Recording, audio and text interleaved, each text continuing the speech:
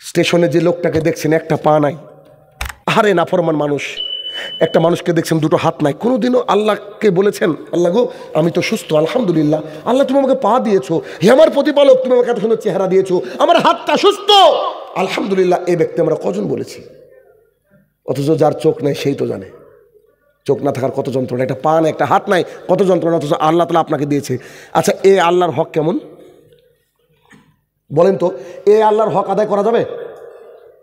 বলেন, করা যাবে? যে আয়াতটা আপনার সামনে শোনালাম, এই আয়াতটা রাসূল সাল্লাল্লাহু আলাইহি ওয়াসাল্লাম সাহাবীদেরকে যখন নাজিল হচ্ছে তখন শোনাচ্ছেন।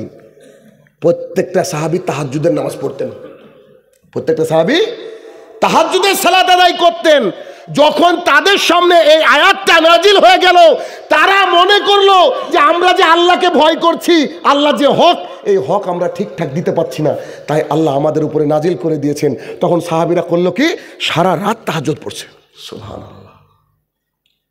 সাইদ ইবনে জুবাইর রাদিয়াল্লাহু তাআলা আনহু বলেন, সাহাবীদের উপরে এত ভারী পড়ে গেল কোরআনের আয়াত, সাহাবীরা আয়াতটা বুঝতে পেরেছিল যে আল্লাহ বলছে আমার হক আদায় করে তোমরা আমাকে ভয় করো।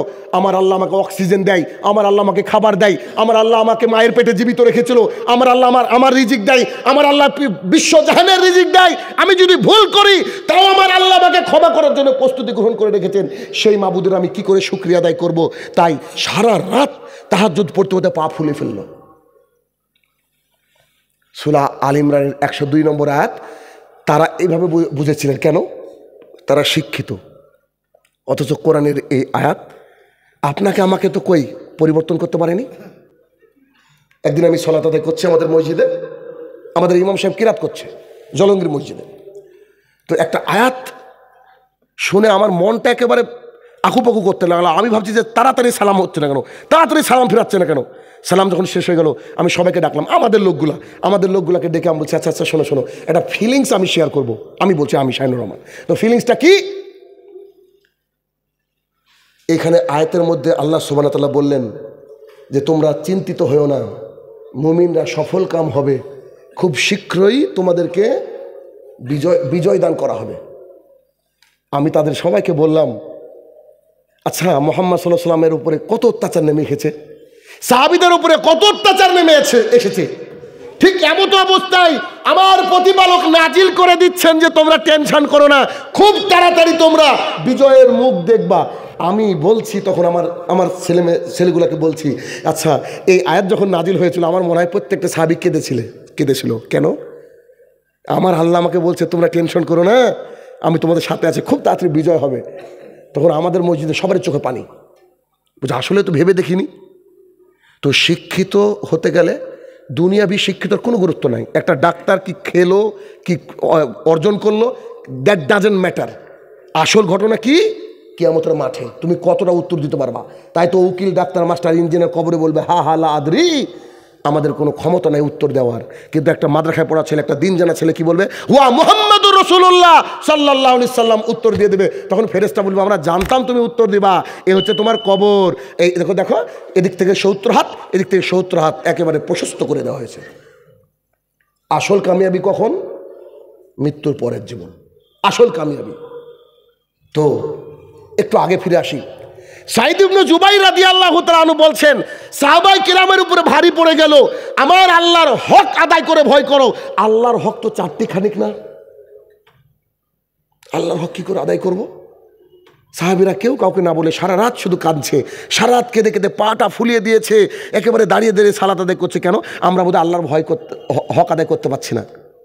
রাসূলুল্লাহ সাল্লাল্লাহু আলাইহি ওয়াসাল্লামের কাছে সাইদ ইবনে জুবাইর রাদিয়াল্লাহু আনহু গিয়ে বললেন, আল্লাহ রাসূল সাল্লাল্লাহু আলাইহি ওয়াসাল্লাম, আমরা কেউ ঘুমাতে পাচ্ছি না, আমাদের অবস্থা খুব ভীত সন্ত্রস্ত, আল্লাহ বোধহয় আমাদের উপরে রাজি খুশি না, তাই আয়াত নাজিল করে দিয়েছেন। রাসূলুল্লাহ সাল্লাল্লাহু আলাইহি ওয়াসাল্লাম আকাশের দিকে তাকালেন। সূরা তাগাবুন আয়াত নম্বর 64 আল্লাহ সুবহানাহু ওয়া তাআলা নাজিল করে দিলেন। আল্লাহ সুবহানাহু ওয়া তাআলা বললেন, ফাত্তাকুল্লাহা মাস্তাতাতু, তোমরা আমাকে ভয় করো তোমাদের সাধ্য মতো। কথা কি বোঝাতে পারছি? সঙ্গে সঙ্গে সাহাবাই কিরামদের অন্তরটা খুশি হয়ে গেল, আরে আল্লাহ আমাদের কথা শুনেছে, যাক একটু ঘুমাতে পারবো, রাত্রে একটু ঘুমাতে পারবো, তাহাজ্জুদ পড়বো কিন্তু একটু ঘুমাতে পারবো। কি আল্লাহ আমাদেরকে বলে দিয়েছে কি, তুমি যতটুকু পারবা অতটুকু ভয় করো, খবরদার অত টেনশন করিও না, আমি আল্লাহ তোমাদের উপরে জুলুম করে রাখিনি, অতএব তোমরা নিশ্চিত আমার ইবাদত করো যতটুকু পারবা। ওই যে সূরা বাকারা শেষের আয়াত আপনি জানেন না, লা ইউকাল্লিফুল্লাহু নাফসান ইল্লা উসাহা, আল্লাহ তাআলা আপনি 10 কেজি পারবেন, আল্লাহ তাআলা 11 কেজি আপনাকে দিবেন না। তাই তো আল্লাহ তাআলা তাহাজ্জুদকে ফরজ করেছেন নাকি? একটা মানুষ যদি সারা জীবন তাহাজ্জুদ না পড়ে অসুবিধা নেই, তবে আল্লাহর জমিনে সবচেয়ে নফল ভালো ইবাদত হচ্ছে কি, তাহাজ্জুদ। কেন? আবু হুরায়রা রাদিয়াল্লাহু তাআলা আনহু বলেন, রাসূলুল্লাহ সাল্লাল্লাহু আলাইহি সাল্লাম বলেছেন, যেই চোখ আল্লাহ তাআলার ভয়ে কাঁদে ও ঠিক ওই রকম গাভীর ওলান থেকে, গাভীর বাত থেকে দুধ বের করে ঢোকানো যেমন কষ্টকর, ঠিক তেমনি এই ব্যক্তিকে জাহান্নামে ঢোকানো অত কষ্টকর। জান্নাত মামুর বাড়ির আবদার নয়, জান্নাত যেতে গেলে আল্লাহর জন্য কাঁদতে হবে, জান্নাত যেতে গেলে গভীর রাতে উঠে আল্লাহ সুবহানাহু ওয়া তাআলার জন্য কাঁদতে হবে। তো একটা স্টুডেন্টকে, একটা ছাত্রকে যতক্ষণ আমি বোঝাতে সক্ষম হব যে এর অর্থ কি, এর মানে কি, এর এই কি, তাহলে সেই ব্যক্তি, সেই স্টুডেন্ট উন্নততর জায়গায় পৌঁছাতে পারবে কি, পারবে না। আজকে যদি আমি আপনাকে পরিসংখ্যান বলি তাহলে বলতে হয় 95% সন্তান বড় হয়ে যাওয়ার পর তার মা বাপকে দেখে না। ঠিক না ভুল বললাম? 95% সন্তান তার মা বাবাকে কি করে না, দেখে না, দুনিয়ার বুকে দেখে। কিন্তু কোনো মাদ্রাসায় পড়ুয়া দিন জানা ছেলের বাবা কি কখনো বৃদ্ধাশ্রমে থাকে? বৃদ্ধাশ্রমে কে থাকে? ডাক্তারের বেটা, উকিলের বেটা, অমুকের বেটা, তমুকের বেটা, কিন্তু মাদ্রাসায় পড়েছে না। আমি বলি 95% সন্তান যদি আমাদেরকে খেতে নাই দেয়, কিছু যদি না পায়, তো দিনই শিক্ষা যদি দিতে পারি, তো কিছু না করলে অটোমেটিকলি নামাজে বসে দোয়া করবে, রব্বির হামহুমা কামা রাব্বায়ানি সাগীরা। আর কিছু লাগে কি? ওই এমনি দোয়া করে ফেলবে। বাজারে যেতে গিয়ে দেখছে আব্বু শুয়ে আছে এখানে, আব্বুর ওখানে দাঁড়িয়ে একটু দোয়া করে দিল, কবরটা জিয়ারত করে দিল, হে আমার প্রতিপালক আমার আব্বুকে ক্ষমা করো। গোটা পৃথিবীর সমস্ত মৌলবি কেনে মিলাদ করালে জানে কি হবে, তার চেয়ে ডবল নাকি আমার ছেলে দাঁড়িয়ে, যদিও নেকি হবে না, এটা গুনাহ হবে, কিন্তু আমার ছেলে দাঁড়িয়ে দেখবার চোখের পানি ফেলে কাঁদে, আমার ছেলে যদি একটু সাদাকা করে, আমার ছেলে যদি আমার জন্য দোয়া করে, সেটা কবুল হবে। আপনারা কি চান না আপনাদের নিজের সন্তানরা নিজের জানাজা করুক? চান না? নিজের সন্তান যখন জানাজা করবে বাবার, আপনি বুঝতে পেরেছেন, সে জানাজা একবারে আরশ পর্যন্ত কেঁপে যাবে, আরশে গিয়ে সে জানাজা লাগবে, আল্লাহ তাআলা হয়তো তার দোয়া কবুল করে দেবে। কিন্তু ভাড়াটিয়া মৌলবি যতই যা হোক, বাপ তো পরের, দোয়া কি আর আসে? ভেতর থেকে তো দোয়া আসবে না, ভেতর থেকে দোয়া আসবে না।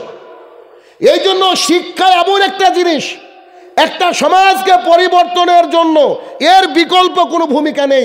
বিশ্বাস করেন, এই শিক্ষা যদি আমরা সঠিকভাবে আঁকড়ে ধরতে পারি, আবার আমাদের সোনালী যুগে আমরা পা দিব, আবার সোনালী যুগে পা দিব।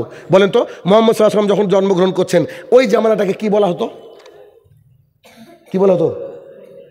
আয়ামে জাহালাত, তাই না? জাহালাতের জামানা। জাহালাত মানে হচ্ছে অজ্ঞতা, মূর্খতা। অজ্ঞতা মূর্খতা কেমন লেভেলের ছিল জানেন? আপনি কল্পনাও করতে পারবেন না। অজ্ঞতা মূর্খতা ছিল কি, যার ঘরে বিটি জন্মাতো, মেয়ে জন্মাতো, তো ওর বাবা ওকে জীবন্ত পুঁতে রাখতো, মনে করতো আমি কপাল পোড়া। ছেলে দেওয়ার মালিক কে? আল্লাহ তাআলা। পুঁতে রাখতো। মক্কার বুকে 360টা মূর্তির পুজো হতো। এই যে লাত, মানাত, ওজ্জা, হোবল, রাব, এদের পুজো হতো। আবু জাহাল, তার নাম আবু জাহাল না, তার নাম হচ্ছে আমর ইবনে হিশাম।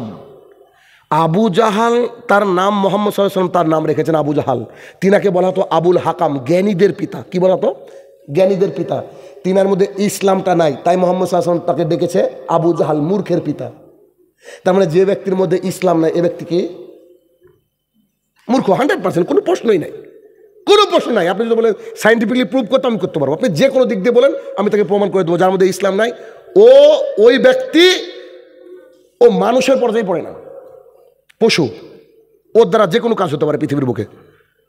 যার মধ্যে ইসলাম নাই, তার দ্বারা যে কোনো কাজ হতে পারে। আমি তো মনে করি সিসিটিভি আবিষ্কার হতো না যদি মুসলমান থাকতো দুনিয়াতে। খালি উপরে সিসিটিভি তো অলওয়েজ অন আছে না? আল্লাহ সুবহানাহু ওয়া তাআলা সিসিটিভি অলওয়েজ অন। অতএব শিক্ষা মানুষকে পরিবর্তন করতে পারে। মুহাম্মদুর রাসূলুল্লাহ সাল্লাল্লাহু আলাইহি সাল্লাম যখন দ্বীন ইসলামের প্রচার প্রসার শুরু করলেন, এনলাইটেড হয়ে গেল মক্কাবাসী, মদিনাবাসী। তারপরে একজন মহিলা যখন এই শত শত কিলোমিটার পাড়ি দিত, সেই মহিলা আর ভয় করতো না কারোর। কেন? তার বুকের মধ্যে তাওহীদ ছিল। বিলাল রাদিয়াল্লাহু তাআলা আনহু হাবশী একটা গোলাম, সেই ব্যক্তি ইসলামের ছায়াতলে যখন আসলো, আবু বকর রাদিয়াল্লাহু তাআলা আনহু যখন উমাইয়ের কাছ থেকে কিনতে গিয়েছিল, যখন তাকে 10 স্বর্ণ মুদ্রা দিয়ে কিনছে, উমাইয়া বিন খালফ হাসছে আর বলছে, ছি ছি ছি আবু বকর, তোমাকে শিক্ষিত ভেবেছিলাম, তুমি নাকি শিক্ষিত?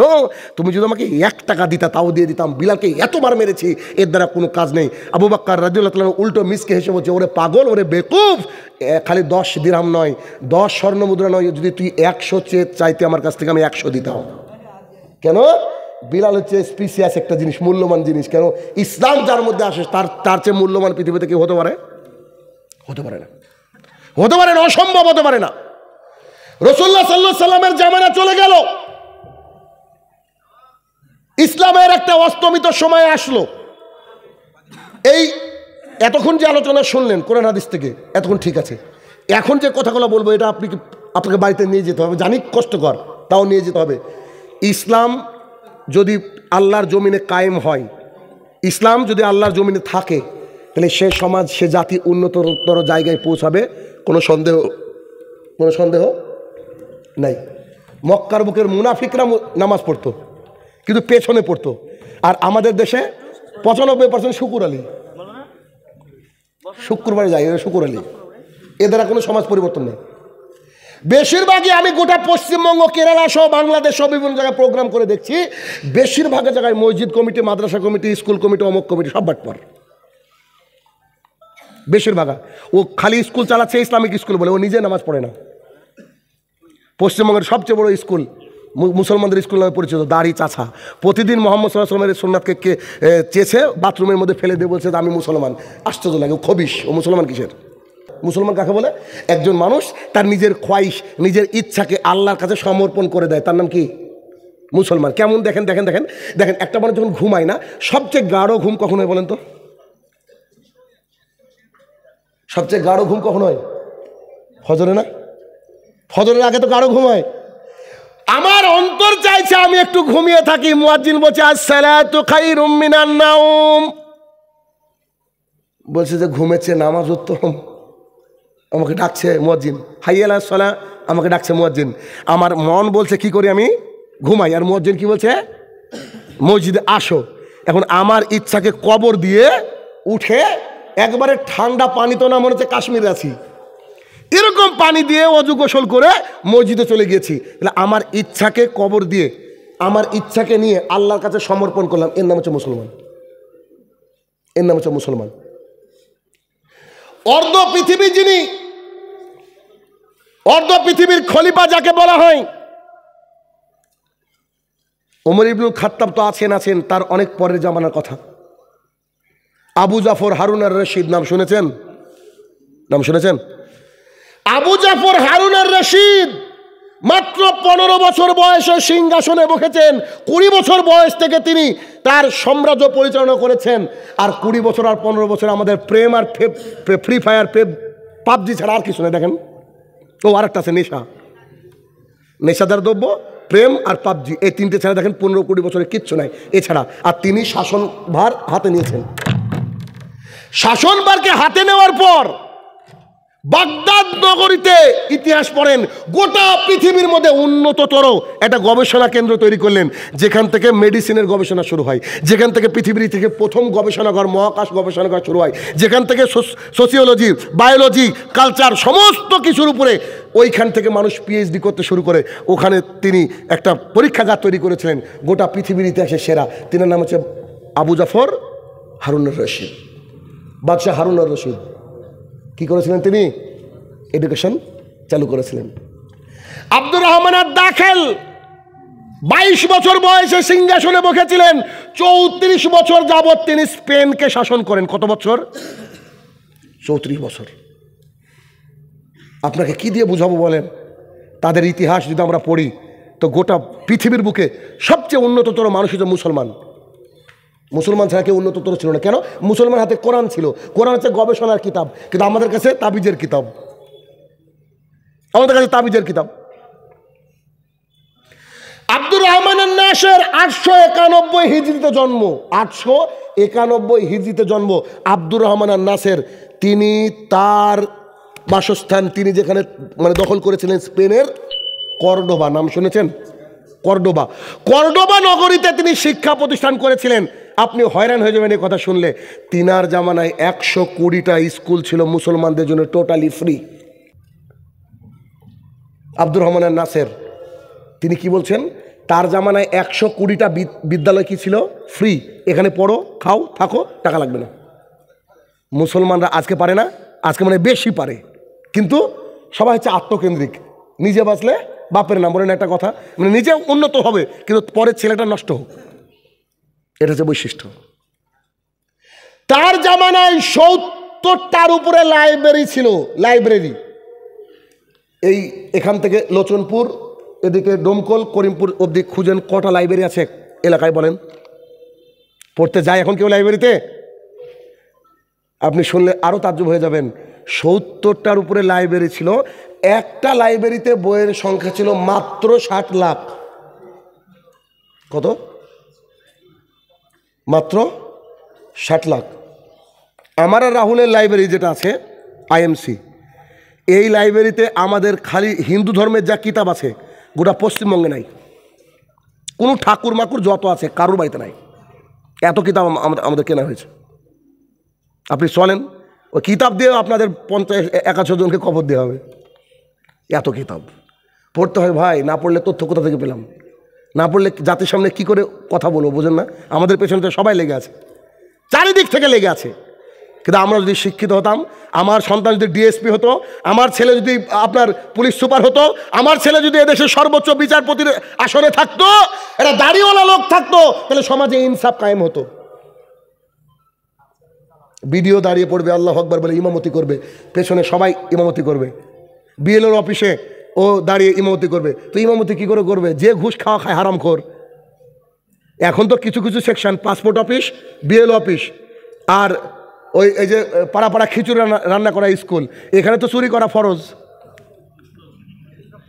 বাস্তব কথা। আপনাদের এইদিকে গেছিলাম রানীনগর। রানীনগরে যে পুরাতন একটা মসজিদ আছে না, ওই মসজিদে খুতবা দিয়ে বাড়িতে যাচ্ছে আজ থেকে 5-7 বছর আগে। এক মহিলা ফোন করে বলছে, স্যার আপনার খুতবা আজকে শুনলাম, আমি আমার স্বামীকে বলছি নুন মরিচ দিয়ে ভাত খাবো, তবু আইসিডিএসে চাকরি করবো না। আমি বললাম যে বোন আপনি কেন করবেন না? সবাই চুরি করবে, আপনি করবেন না, অসুবিধা কি? তো বলছে আইসিডিএসে যারা চাকরি করে তাদের জন্য ডিম চুরি করা ফরজ। এটা উনার কথা, আমি বলিনি। তা আমি বলছি কেন? বলছে আমি চুরি না করলে আমাকে রাখবে না। এই জন্য আমি বলে থাকি যে আইসিডিএস এর কর্মী যারা আছে তাদের বাড়িতে মুরগিও নাই, কিন্তু ডিমের অভাব নাই, ওই হয় উপর থেকে। বলেন একটা কলিজার টুকরা বাচ্চা সন্তানের যদি ডিম কেড়ে খায়, এ কি জান্নাতে যাবে? জান্নাতে বর্গী জ চিনতে পারবে কোনোদিন? চিন্তা করেন।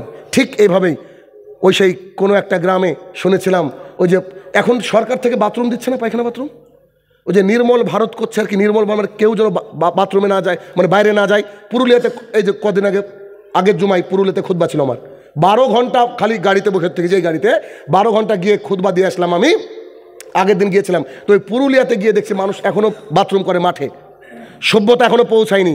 মহিলারা বুকের এই অবধি শুধু বেঁধে নিয়েছে, ছায়া বেঁধে নিয়ে গোসল করছে, এখনও সভ্যতা পৌঁছায়নি। তো এরকমই কোনো এক গ্রামে অফিসার এসে বলছে এ বাড়িতে বাথরুম আছে? আব্দুর রহমান জি আছে। ওই বাড়িতে বাথরুম আছে। এক বাড়িতে ঢুকে দেখছে বাথরুম নেই। খুব গ্রাম্য মহিলা, গ্রাম্য মানুষ ভাই বলছে কী ব্যাপার আপনার বাথরুম কই? তো বলছে আমাদের পঞ্চায়েত প্রধান খেয়ে নিয়েছে আমাদের পায়খানা। আমাদের পায়খানা খেয়ে নিয়েছে পঞ্চায়েত প্রধান। তখন পঞ্চায়েত প্রধান যদি বুঝতো যে কিয়ামতের মাঠে 7 শ্রেণীর মানুষ আল্লাহর ছায়া তলে থাকবে, আবু হুরায়রা থেকে বর্ণিত হাদিস, তার প্রথম নম্বর হচ্ছে ইমামুন আদিল, ন্যায়পরায়ণ নেতা। গোটা পৃথিবী জুড়ে একজন নেতাকে বের করেন তো যে ন্যায়পরায়ণ আছে কি? নেতা মানেই যখন চোর মনে হয় আমার, আর ডাক্তার মানেই ডাকাত, আর সিভিক মানেই আইপিএস অফিসার। দেখেন আপনি বেশিরভাগ এগুলা, বেশিরভাগ বললাম। ডাক্তার আমার বন্ধু আছে, সিভিক আমার ছাত্র আছে, ডাক্তারও ছাত্র আছে, আমি সবাইকে বলছি না, তবে বলছি এটা গতি এভাবে। দেখেন আপনি পরিস্থিতি এরকম। কালকে প্রোগ্রামে যাচ্ছি, ফারাক্কা ঢুকবো, ফারাক্কা ব্যারেজের উপরে ঢুকবো, 2টো সিভিক এভাবে হাত তুলেছে। আমি কারোর সাথে ফোনে কথা বলছিলাম, মেজাজ তোমার গরম হয়ে গেল, আরে তুই গাড়িতে হাত তোলার কে? আমি যখন গরম করে তাকালাম, মনে হলো যে আমার স্টুডেন্ট কিনা আল্লাহ জানে, আর একটা ছেলে সিভিল ড্রেসে ছিল, ওরে জান জান জান জান। আমি বললাম যে দাঁড়ালেনি কেন, ওর ব্যবস্থা করতাম আমি। কেউ মানে ওরা এসে তো গাড়ি ধরা বেড়েছে কেন? ওই যে হারামখোর, হারামখোরি না করলে তো মানুষের চলে না। 5,000, 10,000, 8,000, 30,000 বেতনে চলে, কিন্তু ওদের চলে না কেন? যতক্ষণ হারামখোরি করবে, তাকদির ওদের এই অবস্থা। তো 70টার উপরে লাইব্রেরি ছিল, একটা লাইব্রেরিতে বইয়ের সংখ্যা কত ছিল? 60 লাখ। তার জামানায় 170-এর উপরে বিজ্ঞানী ছিল। আপনি কি কল্পনা করতে পারছেন 891 হিজরির কথা বলছি, মুসলমানরা কোথায় পৌঁছে গিয়েছিল? সেই জামানায়, তার জামানায় 170টার মতো বিজ্ঞানী ছিল। মুসলমানরা বিজ্ঞানী হওয়া উচিত। আল্লাহ তাআলা কোরআনে বারবার বলেছে, আমি জ্ঞানীদের জন্য এই কোরআনকে প্রশস্ত করে দিয়েছি, জ্ঞানীদের জন্যই কোরআন। অথচ কোরআন কাদের হাতে? যে লোক তাবিজ ব্যবসা করে, যে লোক বিনা পুঁজির ব্যবসা করে, যে লোক ইমামতি করে খায়। কেমন ইমামতি? তার দ্বারা সমাজ পরিবর্তন হোক আর না হোক, তার চাকরি বহাল থাকলে হলো, আছে না নাই? এই যে সমাজ, অসম্ভব, এভাবে সমাজ পরিবর্তন হবে না। তাই সন্তানকে প্রপার ওয়েতে গাইডলাইন দিতে হবে, এডুকেশন দিতে হবে। আমার ছেলে মেয়েকে, যেহেতু আমাদের ওখানে তেমন কোনো স্কুল নাই, ইসলামিক স্কুল তো নাই, তো একটা স্কুল নাম শুনলাম ইসলামিক স্কুল, ভর্তি করে দিয়েছে, বুঝলেন, ভর্তি করে দিয়েছি। তা আমার মেয়ে, ওর 6 বছর বয়স, পূজনী বোধহয় বা পুজলো। তো যেদিন থেকে কথা বেরিয়েছে, মোটামুটি তার 2-3 মাস পর থেকে সালাম ছাড়া বাড়িতে ঢুকে না। কেন? আমি সালাম দিয়ে ঢুকে, ওর আম্মু ঢুকে, বড় ভাই ঢুকে, দেখে তো ওকে শিখায়নি, অভ্যস্ত হয়ে গেছে। সালাম ছাড়া বাড়িতে ঢুকে না।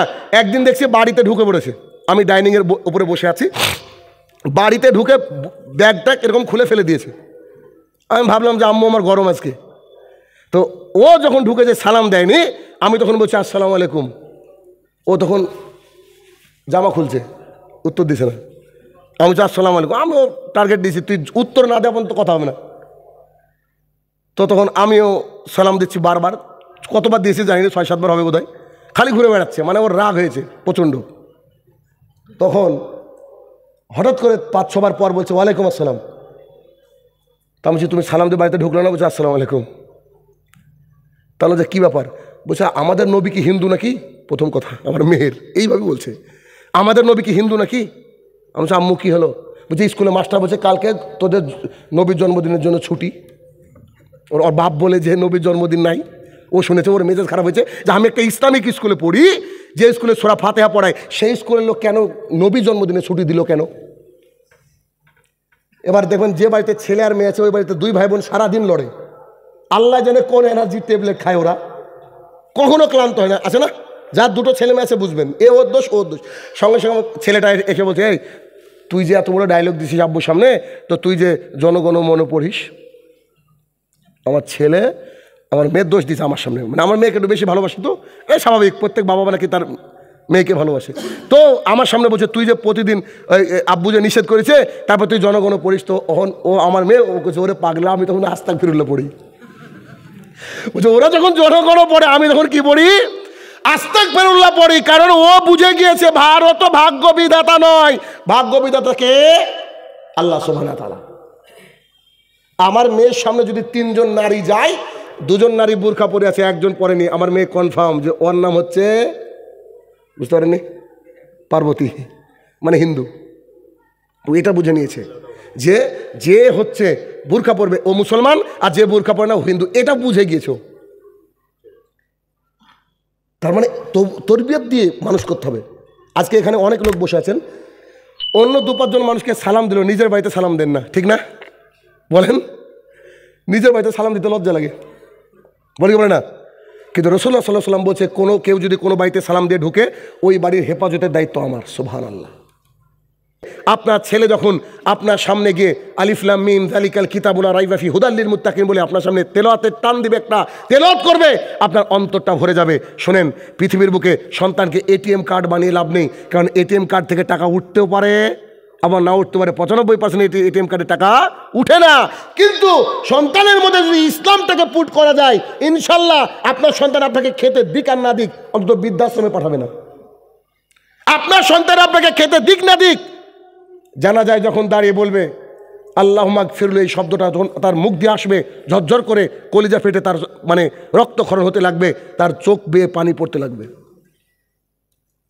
এই জন্য আমাদের জরুরি, আমাদের জানা দরকার যে দ্বীন ইসলামটা এমন একটা মজার জিনিস। কারণ আমাদের এই জীবনটা কত দিনের কেউ বলতে পারবেন? কিন্তু এরপরে মৃত্যুর পরে কত দিনের? Never ending life. এই জীবনের কোনো শেষ নাই। মাত্র 60টা বছর, 30টা বছর, 50টা বছরের জন্য সারা দিন রাত মেহনত করি, কিন্তু পরের জীবনের জন্য কবরে শুয়ে শুয়ে আপনি আমি জানি এইরকম না পস্তায়, আল্লাহ গো আমার সন্তানটাকে যদি একটু হিফজ করাতাম, মাবুদ গো যদি একটু হিফজ করতো, আমার ছেলে যদি সকালবেলা উঠে একটু ফজরের পরে কোরআন তেলাওয়াত করতো, তা আমার কবরে একটু আযাব মাফ হতো। আচ্ছা বলেন তো, একটা মানুষ যে কবরে শুয়ে আছে, তার টাকা পয়সা ধন দৌলত পৃথিবীর কোনো কিছু লাগে?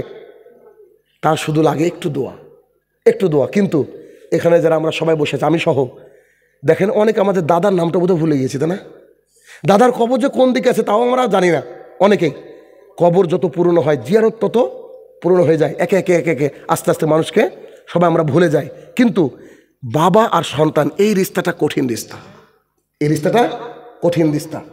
কারণ বাবা এমন একটা জিনিস, যদি বাবা সত্যিকারে ভালোবাসা দেয়, ইসলামিক তরবিয়ত অনুযায়ী সন্তানকে মানুষ করতে পারে, সেই সন্তান যতদিন না মালাকুল মউত তার কাছে আসছে, অতদিন পর্যন্ত তার জন্য কি করবে?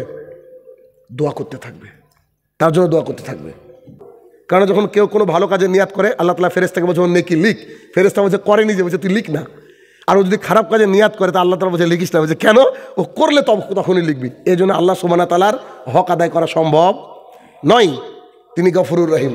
রাসূলুল্লাহ সাল্লাল্লাহু আলাইহি ওয়াসাল্লাম বলছে এতিমের লালন পালন করে আমার সাথে জান্নাতে এভাবে থাকবে, ঠিক আছে না?